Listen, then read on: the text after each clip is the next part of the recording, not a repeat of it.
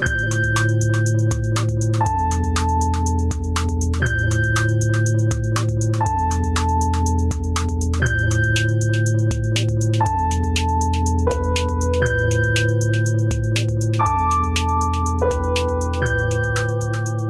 right, everybody, welcome back. This is the end of the world with Michael and Stu. I'm Michael. And I'm Stu, and today we are dissecting the results of the 2024 presidential election. Probably off the top, we should just note that rare for us, we were completely wrong about how things turned out, Michael. Very rare. Sort of more stunned for myself than the nation. I'm shocked. Yeah, maybe. And should we dissect our wrongness first? Well, as I recall, I predicted Harris would win 270, 268, which is significantly less wrong, I might add, than certain other pundits, some less notable pundits who had her winning by a large margin. It's a little frustrating because I feel like we were certainly more bullish on Trump in the lead up to the election. Well, I think even the week before, I was like implying Trump was my pick, and Well, it's amazing because I feel like it's kind of like a rope-a-dope, right? Like it happened again. It feels very, very similar to 2016 in the way that I somehow managed to emerge on the day of the election, like very confident that Trump would lose. And I think the thing that stuck with me about what we talked about last time, I think I had said that this may just end up being a more normal election than the Republicans were treating it, with their sort of meme heavy and extremist stuff. In a way, it kind of was a more normal in that one side just decisively won. Yes. Well, I think that we'll talk about that a little bit later. I think that's exactly right, that it actually did end up being a more normal election than Harris would have had you believe with like Trump's insanity, right? In terms of the markers of the victory. What I mean to say is more that like where we were thinking that it appeared as though, turnout of women, the abortion issue, Ann Seltzer, we hardly knew thee. R.I.P. I mean, she's still alive, but right. But you know what I mean? Like that's sort of what I mean, Michael, she only missed Iowa by 17 points, as Matt Brunig pointed out. So, yes, I did. A noble effort. Good job, good effort for Ann Seltzer. But yeah, like it was a bit of a rope-a-dope. I don't know if it was also just sort of cope. And still, just like 2016, despite the fatigue of having been through Trump now for 8 years, I guess somewhere there still was just this idea that it just couldn't actually come to pass. But I don't know what your experience was on election night. It felt we were like texting. We were texting really early. We were texting, and you were like, "It's over" at like 7 p.m. Yeah, I was off the. I was back on my. You were like, I think this seems bad, and I was like, Michael, it's 7 p.m. There's like 15% of Florida is in. What are you talking about? I think I texted you like 6 times between 7 and 9 with just like, this is actually bad. No, this is seriously bad. I think this is actually bad. This is done, right? Yeah, and then at some point we just stopped texting because we both tacitly understood that nothing more needed to be said. Right. It does make me feel my most liberal that I did consider that I would have to come on the podcast and talk about how I was wrong. Like that was sort of how election night impacted me, which is incredibly. I didn't think about that at all. I was like, well, you win some, you lose some.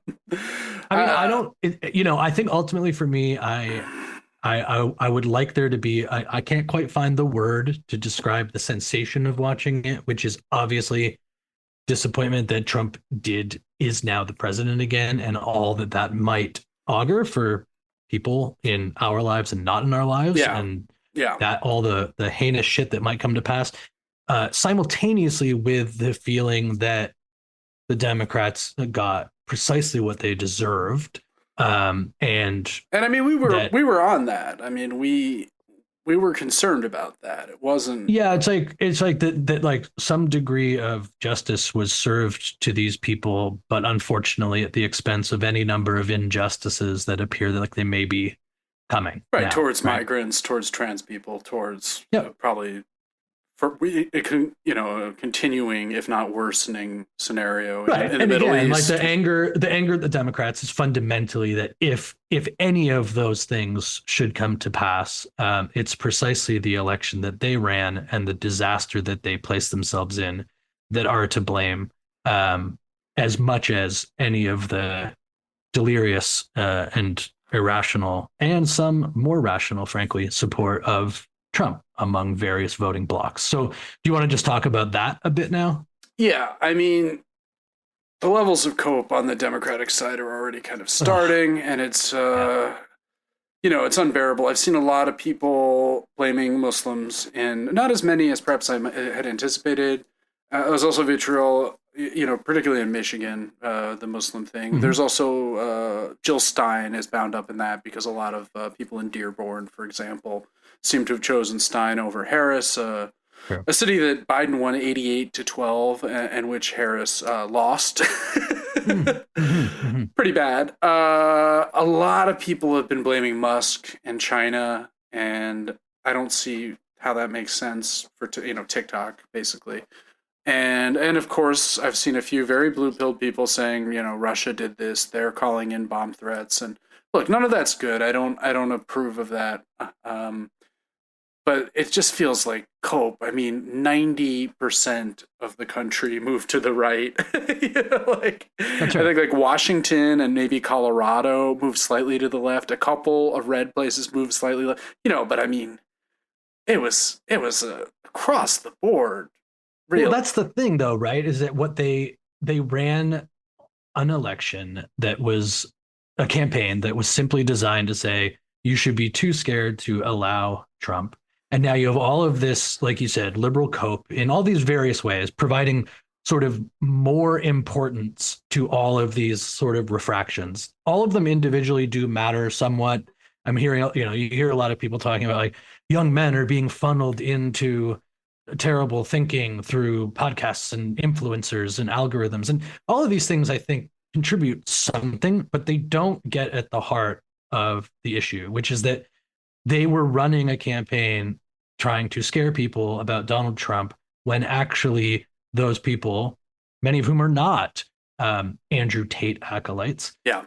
who actually considered them more worthy of rejection than Donald Trump, which should bring about just about the most substantial amount of self reflection possible if you are taking yourself seriously about what Trump was offering. It's precisely that should lead to an actual soul searching, right? Right. And I mean, I About what the think hell they are actually about and what even like what the point of the Democratic Party is. And what we're seeing is, of course, that they really don't want to do that. no.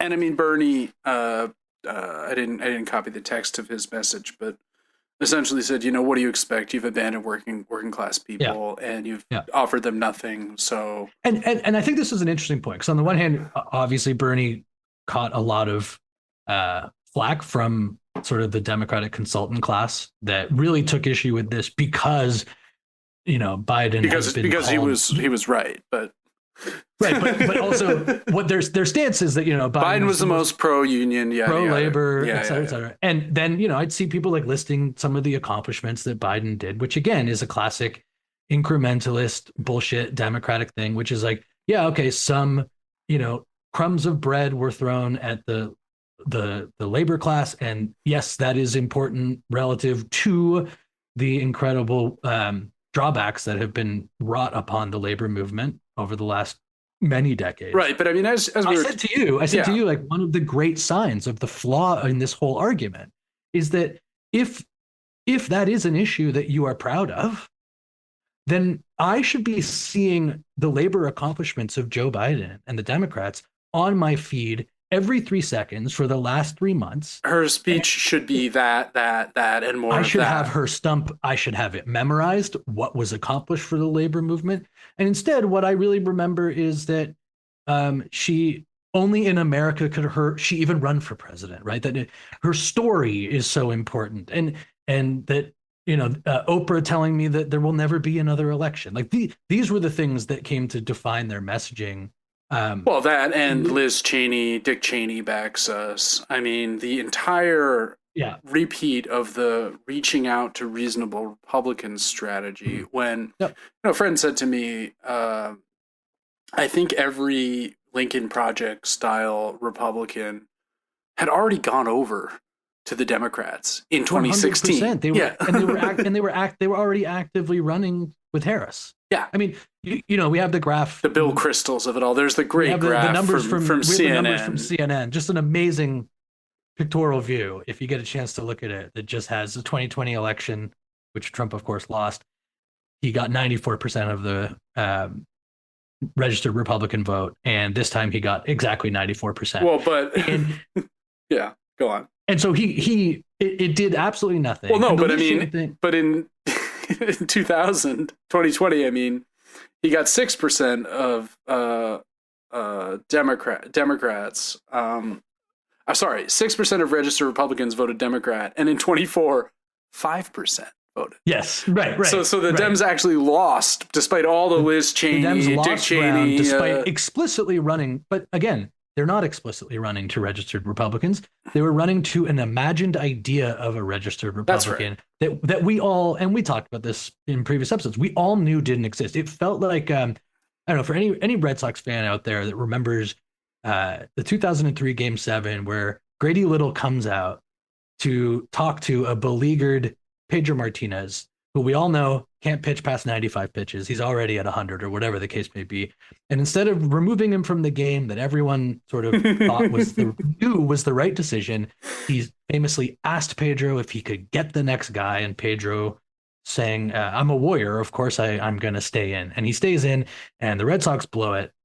Go to extra innings, lose the series, yeah. Right, and then the few supporters of Little and Little himself often go to the argument like, well, it's easy to second guess, but this is first guessing, right? And this is the biggest problem with the Democrats and the consultant class, is that they not only want to cling to these various copes, various boogeymen.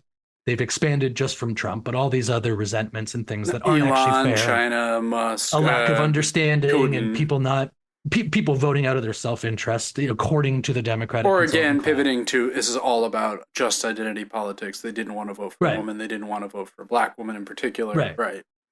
And it's first guessing because we've already seen this script play out. And not just in 2016. This has been the mode of operation for the Democrats for every election of my lifetime. And in my estimation is the reason why so many elections they should have won comfortably, they won close. And so many of elections that they could have won close, they lost. And they go at this again and again and again. And I don't see any real indication that they're done with this strategy. I see some people being like, oh, maybe we do need a Bernie type, right? Some people pointing out that Bernie was kind of endorsed by Rogan, right? Have you seen this as well? Yeah. But I don't see anything to actually suggest that that's what's happening. I think it's more likely that Gavin Newsom is the nominee in 2028. Or Stacey Abrams. Why not? Just another utter cipher who people for some reason think would be a great nominee, even though she does nothing but lose and is a loser. Right. But let's talk about the Joanne Reed clip, right? Yeah, so which is kind of the perfect distillation. She describes the campaign as flawless. Yeah, well, let's play it. I'll pipe it in here and sure.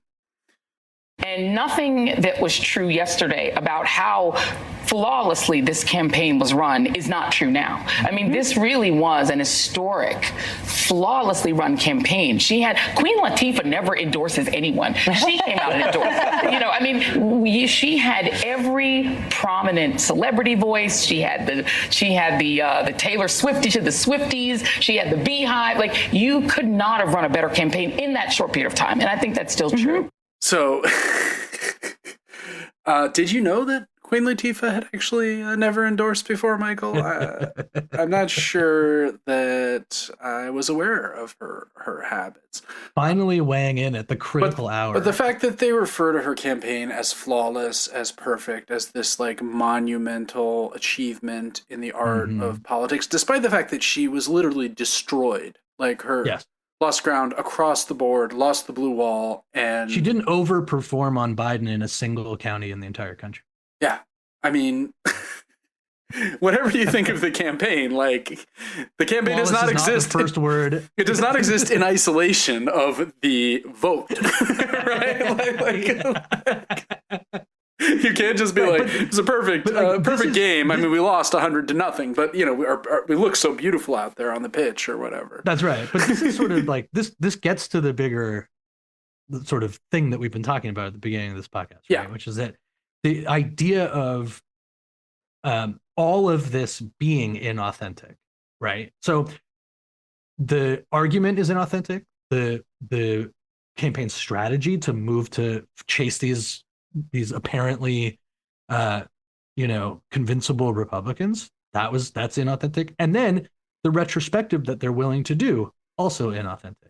And in terms of the way, like just the throwaway comment about Queen Latifah, it actually, I think, speaks to something very real, which is that the Democrats continue to run elections just completely divorced from time and space and reality. That they don't understand that people, if they did, and I don't really remember that they did, but let's say they did, anyone looking at anything knows that people do not give a shit about watching Katy Perry at a campaign rally. No. That it doesn't do anything for anybody. No, I mean, look at the music Trump plays. Trump plays YMCA and that I'm proud to be an American, like the schlockiest, worst music you've ever heard.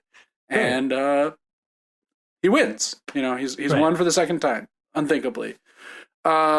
Another thing I wanted to talk about, and that I think fits into our apocalyptic framework, is one of their main arguments against Trump was the fascism argument, right? That Trump is a fascist. They get John Kelly and these other... And Oprah. And Mark Esper. No, but they get people from within his previous administration to come out and say, yes, I believe he is a fascist.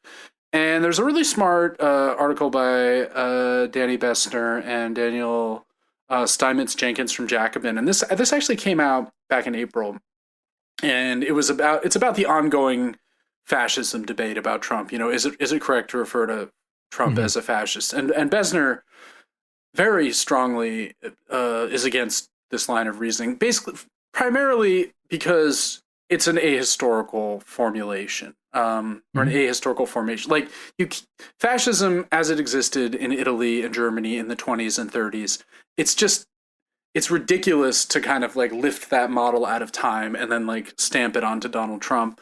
Never mind that Trump's entire thing, January 6th included, does not have anywhere near the kind of profound militancy of an actual fascist movement, right? But there's this quote here, which is just kind of about this fascism argument as an apocalyptic framework. And they write, there's a reason why apocalyptic frameworks have in the last decade become so popular among the MSNBC set. They allow the cadre of liberal elites who at the very least helped the right wing make the world we live in today to maintain a basic innocence at odds with the actual history of liberal governance. For liberals, it is easier to blame fascism or white rural rage or deplorables or Christian nationalists or garbage, to bring in Joe Biden's claim, for causing our country's problems than the deregulatory, financialized, and militarist neoliberalism of Bill Clinton or Barack Obama. Those liberal priorities helped give rise to the modern right. But to admit that, liberal elites would have to re-examine the premises of their politics, and soul-searching is far less enjoyable than rallying against an unambiguous enemy, right?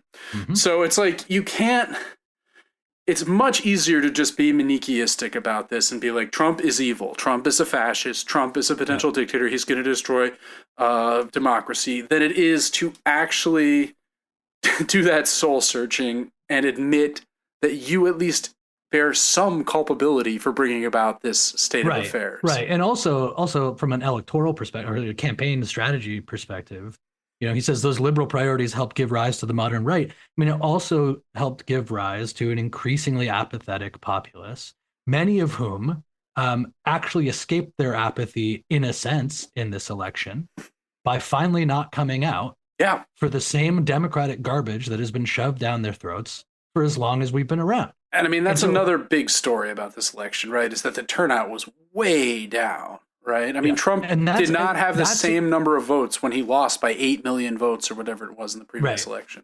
And that to me, like it implicitly proves that the fascism argument not only failed, it isn't believed by as many people. I mean, again, if you take the literal thing that they argue, this is Hitler, and people believed it to be true, then not only would they vote against him in record numbers, they'd be willing to still be fighting this right now because it would suggest a totally unacceptable framework, which, again, the argument from the Democrats, which I guess there is a chance is true. We're obviously all hoping that it doesn't reach the sort of levels that they have been discussing in their apocalyptic framework.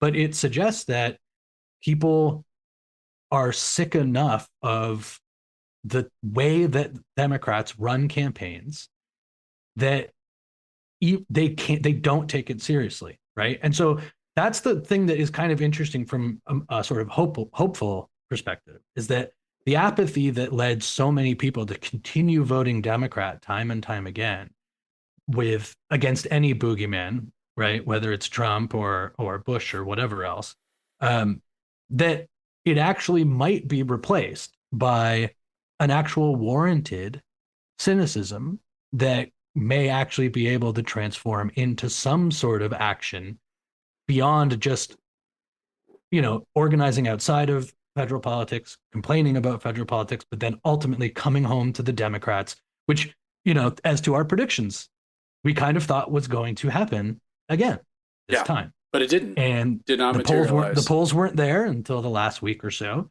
And they suggested people weren't liking what they were hearing. And this time they actually were like, okay. And what feels sensational about it, and why like you're saying, it actually is more normal. What feels sensational about it is what we've been told we were saying no to, that we sort of had this civic duty to vote against Trump. An existential duty. That this is the most important election, as we've talked about over and over again. When what actually transpired was something far more normal, which was that the people in power are advocating for a continuation of a status quo that has been so thoroughly exposed by both sides of the sort of non-party politic, right? Yeah. And the consequences were the people in power were going to lose the election, and they got crushed. Yep. And I think, Biden does bear the lion's share of responsibility for this turn of events. He should have dropped out much earlier. There should have been a primary. If there had been a primary, those more left-wing forces that we certainly favor would have exerted more influence on the direction of the candidate. Perhaps. I mean, certainly Harris would not have been the nominee. No. And once you open it to a primary, the easiest argument is like, we need to move on from Biden, which is obviously the trap that she put herself in and refused to get out of it. And I mean, the clips of her just being unable to name one thing that she would do differently from Biden is probably the most damning, aspect. I think so. But where does this leave us going forward? I mean, you've just talked a little bit about what you think might come to be if some of these pressures, realize and bear influence on the shaping of the next presidential. Well, I'm sort of torn, right? Because on the one hand, that cynicism has basically defined the way I've looked at politics every time the Democrats suffer one of these defeats, right? Or Bernie getting kneecapped. Well, I felt this way at least since Obama was elected and did not at all live up to the promise of hope and change on which he ran. Right. I was like, I get it now. And so I should have gotten it before, but it took me until I was 26 or whatever. On the one hand, it's kind of like, well, maybe this would have some sort of effect of mobilizing a left.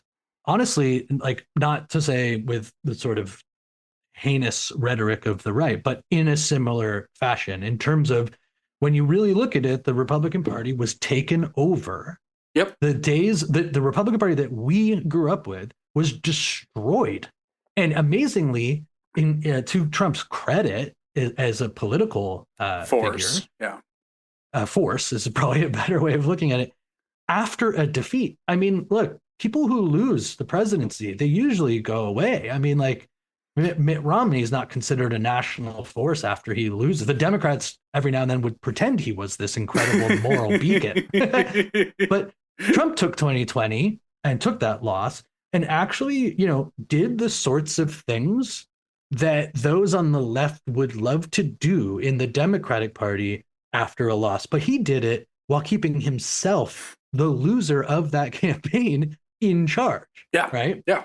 And actually did show, and probably to great despair that may well be created, that you can actually overthrow those interests. Now, of course, that is a very simple way of putting it. A lot of the bigger interests are obviously still going to exist and exert great power. That's part of the Trump con. I understand that. I'm talking more about the way that people on the really mobilized side of Trump were able to keep him in play from 2020 to 2024. That energy made it clear that he had not lost the party in a way that is typical. No, right? I think, now, it's extraordinary. There's kind of the hope. There's the hope that maybe this can right, and we're energize. We're not saying that we want Harris to be to do the same thing. No. What I'm saying is that that there is proof that an energy and an anger can help seize more power, even more power than they had previously. And so in that respect, you do have to look at the fact that this is not the first rodeo for hearing people on the left say, okay, something really bad happened. Now we have to realize, just like the Democrats consultant class and the Harrises of the world don't do any real self-reflection, a lot of people on the left play the same song, which is, now it's time to organize, now it's time to do this, now it's time to get a group of young people in who we can build up, to be the next generation. And sure, that falls on all of us for not doing that to the right degree in all of the previous times that this has happened. And maybe that will finally take place because now it is in opposition to an even more emboldened Trump, a stronger Trump-based Republican Party and state apparatus. And whatever comes next, right? Presuming Trump does not seize power, which I think is very unlikely. Yeah. If I had to say, what's more likely, it's the most important? Gavin Newsom or Gavin Newsom, right? Pete Buttigieg. It's the idea of the most important election of our lifetime, as I say, has apparently come and gone. There it was, right? Whoa, right? And Oprah is saying we might not ever get to cast a ballot again. Okay, so maybe, but why not? I mean, we just had an election that even Obama and Harris are now left to just brag about how great the peaceful transfer of power will be, how obvious the election was, and the people have spoken and all of that. Everyone's tapping themselves on the back about how seamlessly this is all going to take place. And Trump's emerged with more political capital than he's ever had. Yep. So I don't know if he needs to now stake it all at 82 years old or whatever he'll be in 2028 on ending elections, period. If that's what you thought was going to happen, I mean, doesn't look like he really needs that part of the puzzle. Yeah, I mean, Caesar was 52 when he became a dictator for life, right? Right. That was but the problem, and he got killed after 4 years, right? I mean, that didn't work out so well for him either. The problem isn't voting, though, is it? Right? That the issue was never about voting. No. The way that they wanted to tell us, like I said, that the election was a civics test. But actually, the Democrats are in a place where, not only do people not believe what they're saying, in the same way that a lot of people don't really believe the worst of what Trump's saying, their message is purposefully empty. And we don't have to talk about this too much because we've done this before, but there is no message, never mind plan. We know there's no platform. And maybe they are better for climate change than the Republicans, but I don't the messaging, they don't even go with yes we can. They don't even lie about us being able to go to the doctor. They don't even bother with that right now. And so I think that what they're really missing, the way that elections will probably look in the future, is that you will have a continuation of this sort of politics, frankly, where there's less and literally they're hoping now, probably the consultant class, that things will be so bad that then their bullshit empty argument will have to work. Yeah. That's why Biden was able to win. That's right. Why Biden was able to like take over from Sanders when Sanders was functionally a front runner, because people were so worried. And they're just going to try to repeat that again. And that's what's so scary to me, I think. No, it's well said. And I mean, I don't think there's any one thing that Harris necessarily could have done to reverse this result. There's a couple of pretty obvious things that at least could have made it a little closer. I mean, look, it still came down to those 3 states, you know, and I refuse to believe that, given what we've seen of polling, I think something like 35% of people, a high percentage of people, were in favor of an arms embargo against Israel until the genocide in Gaza, calmed down.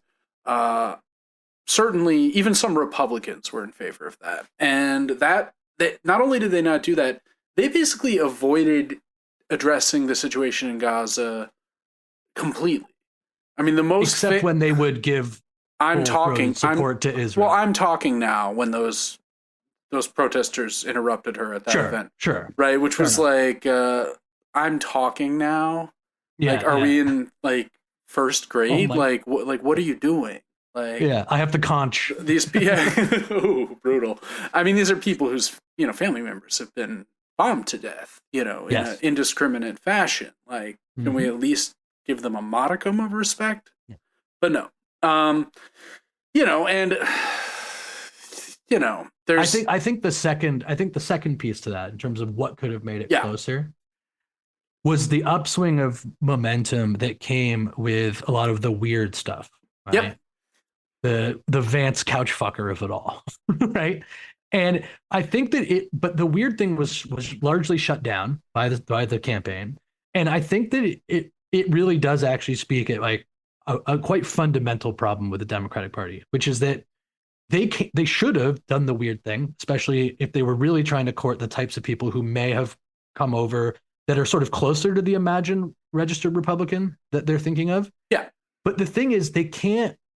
When they're saying X and Y is weird, and of course it is weird, if not evil, it's one of the two, that's correct. But they can't, the Democrats are completely, fundamentally unable to explain what isn't weird.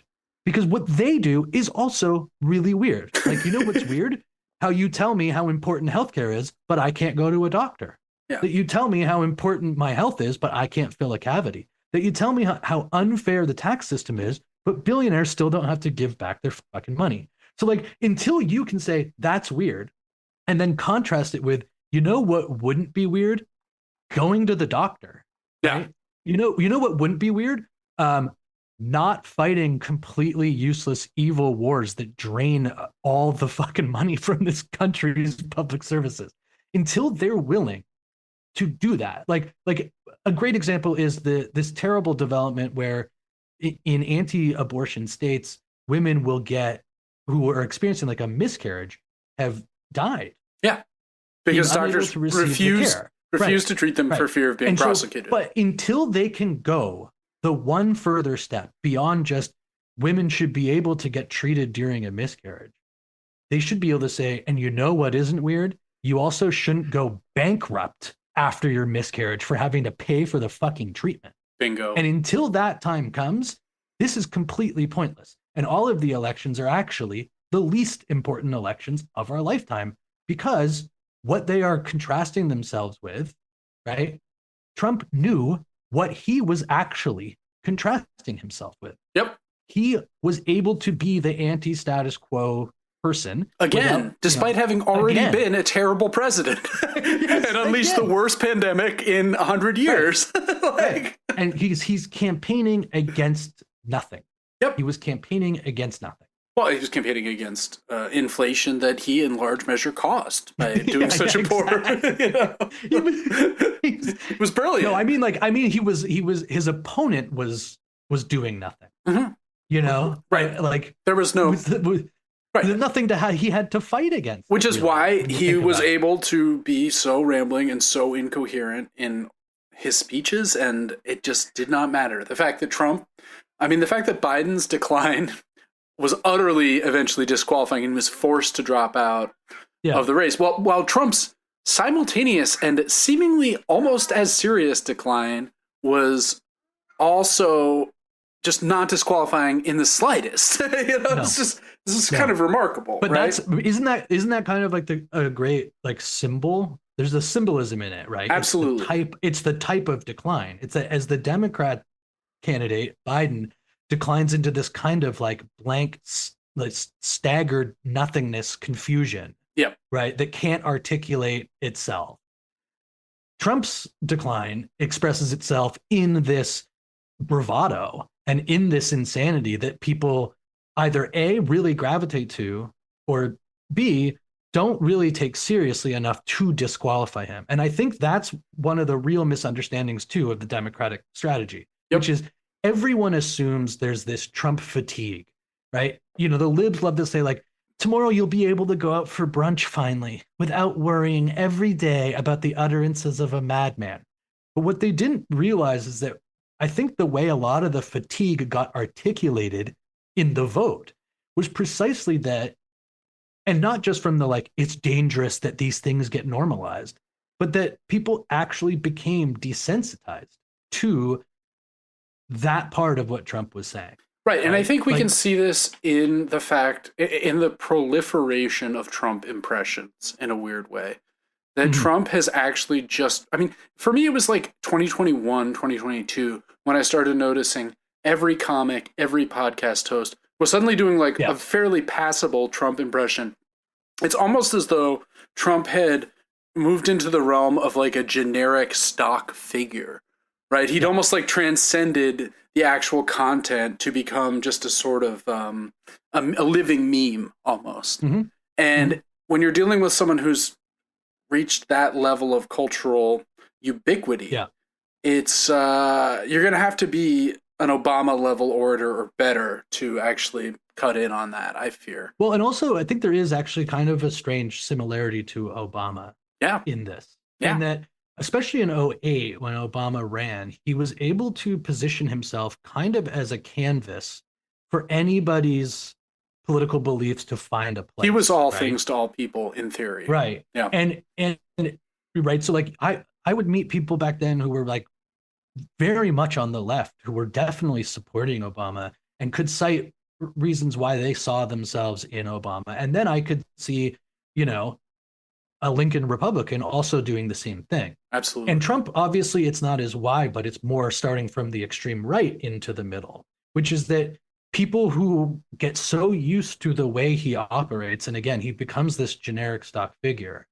that then a, quote unquote, fiscal conservative can see Trump representing their, he did better for the economy. He's gonna put money in your pocket or whatever else.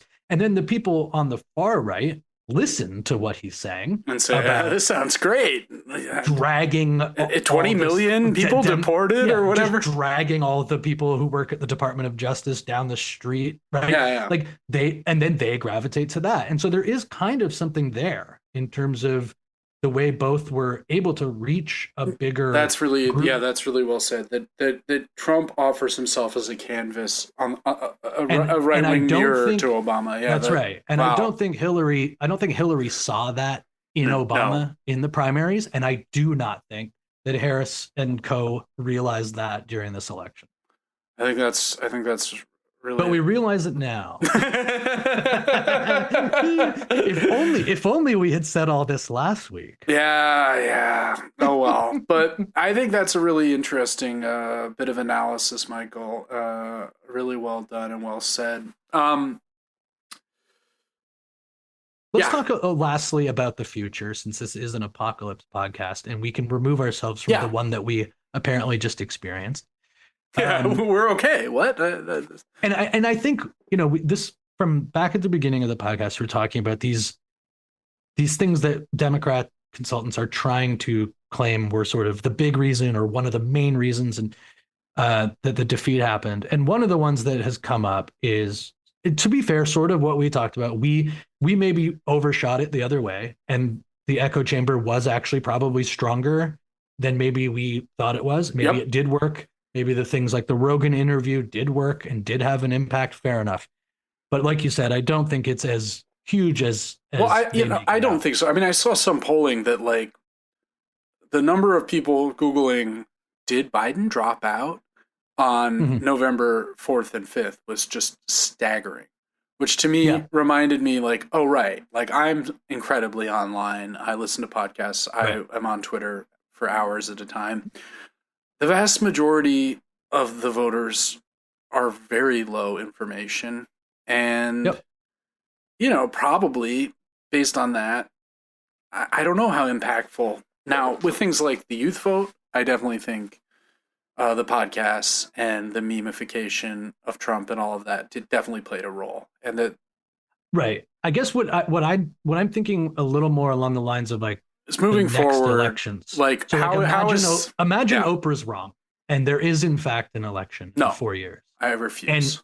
And the dreamers among us can even imagine an election in 8 years, in 12 years. How much more is this online siphon going to increase? Like, and like all of these processes, do they start to change, or do they just, are we at this eternal frontier of technology that makes reality even more obfuscated, that blurs the line between any sense of information and disinformation, right? Sort of the like refraction of all of it getting more and more overwhelming. A fog of misinformation that descends over everything. Right. Algorithms getting even more sophisticated in pushing vulnerable people into insane belief systems. Like that's the thing that is interesting about the future and what was at stake, is that we still made it about just the act of voting against this one guy in this one election. It was all on the line, all of that. But there really is no sense, much like we don't like truthfully combat the scale of climate change, or try to consider the impacts of things like AI. In this regard, like we need to have a real conversation about what the whole process of getting our information looks like, and what impact it will have as it becomes more sophisticated, and its potential to do even more harm keeps on growing. Deep fakes, right? Like all of this stuff is only going to get crazier. And I think that the fact that it's not really escaped even yet, like the idea of Russian disinformation, we've moved into kind of blaming Musk. We're talking about a systemic thing, though. We're talking about the whole ballgame, the whole system. Right? Yeah, that's right. And that's like, the final point I would make about the system as an issue, both now and in the future, is that, the Democrats were just interested in preserving the system that so many people actually hate so much. Yep. Right. While not talking about preserving the systems that are going to be completely overtaken. And again, like will maybe produce elections in the future, but maybe they actually will be less and less important as we go on. Yeah. And I mean, as you said to me earlier, like for all the talk of this being the most important election of our lifetime, it may turn out that this was in fact the least important, and that each subsequent election becomes less and less important as reality. The caveat, of course, is like there's no distancing or trying to mitigate the fact that there are extremely troubling consequences possible here. Of course. Obviously, that is not to diminish what people may end up going through, and it is a grave, grave, grave tragedy. But the fact is that this election will be defined by their only pitch being that we aren't going back, and the thing is, there's no articulation of what forward looked like, and everybody hated where they were. So that's really what it all came down to. And until they shift away from that, and they basically just tell people to keep eating piles of shit just so that they don't have to have the guilt of seeing people they know deported, like that's, not going to work. And it's true. Like we don't want that to happen to people. I mean, obviously. Of course not. But like there is no articulation of anything. As you said, all she could come up with about what was be different was nothing. And that ended up being the most important factor, I think, beyond all of the bluster. I agree. That was it. Wow. Well, that was a depressing, but also I think illuminating. I think I especially enjoyed your contribution to this, Michael. I think I at the end of the day, I went to bed at about 12:30, 12:45 around when Pennsylvania was called, and I woke up at 4. And I spent the next 8 hours before I had to go do some work, going over everything, thinking about it, like getting to the bottom of it as best I could. But I did not feel quite the levels of total despair that I did in 2016. I felt oddly motivated, not sure to do what, but motivated that, this is not the end of the story. This is actually not the end of the world. Like there is a response, and that there's something I, as a thinking person who has some ability to communicate, can maybe contribute to that, and I think that's valuable. So, yeah, I agree. That the only way I think there is to deal with this at this point is to recognize that somewhere in the overwhelming cynicism of this whole thing, there are these seeds of hope that may be real and not actually just manufactured by the likes of the Democrats who have come before. Yep. All right. Well, that's good for today. We were gonna do next week the purge election year, but I think we're a little electioned out. I mean, it's been 4 weeks that we've been doing election stuff, and we've done the debates before that, and so we're gonna take a break and just do the purge itself. We're giving you all a break from the purge election year and offering the stark contrast, Kamala Harris style, of the purge. So if you like the show, feel free to follow us on the podcatcher of your choice. Follow us on Instagram, The End of the World WMS. And, we'll have some other choice content coming up in the next few weeks, and some looking back on 2024 that will hopefully not just be looking back on the 2024 presidential election. Episodes planned for the end of the year. But until then, this has been The End of the World with Michael and Stu. I'm Michael. And I'm Stu, and we'll talk to you real soon.